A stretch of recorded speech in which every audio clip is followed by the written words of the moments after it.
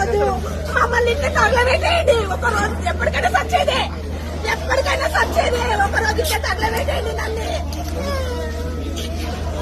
ఈ కొట్లాటలు ఈ కొట్టలు ఇవన్నీ చేయకండి. ఒక రోజు తగలబెట్టేయండి. ప్రాణం మీద నాకు ఆశ లేదు. ఎప్పటికైనా సచ్చేదే. ఇంకేం చూస్తాము, ఇంకేం చూస్తాము. నా సామాన్ పోయే వరకు నేను నా కొడుకు ప్రతి కష్టం. నా సామాన్లు పోయినాక గుల్ల కొట్టుకుని గుల్ల కొట్టుకొని ఏమైనా చేసుకోండి. సామాన్లు పోతాయి, మా సామాన్లు పోయినాక మీ ఇష్టం ఏమైనా చేసుకోండి. సామాన్లు పోయే వరకు నేను గుల్ల కొట్టండి. నా సామాన్లు నాకు కావాలి. నా కొడుకుది ప్రతిదీ కష్టము.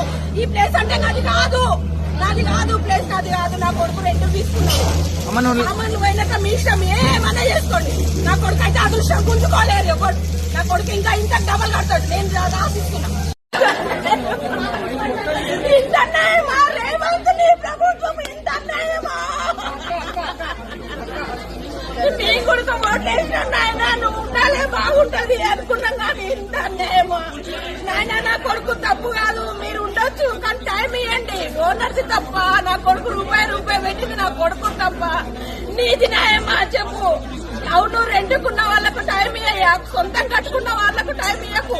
రెండుకున్నాం కదా మేము, మాకేం తెలుసు ఇది దీంట్లో ఉంది అని మాకేం తెలుసు? అమాయకుడు నా కొడుకు రూపాయి కష్టపడ్డాడు. నా కోడలు ప్రెగ్నెంట్ ఉంది. ఒక్క 2 నెలలు టైం అడుగుతున్నాం. 5 ఏళ్ళకి ఇప్పుడు నీళ్లు పోసుకుందయ్యా నా కోడలు. నీ కూడా తెలుసు అన్న వంశం అంటే ఏంటి అనేది, పిల్లలు అంటే ఏంటని. మేము ఎంత కష్టపడ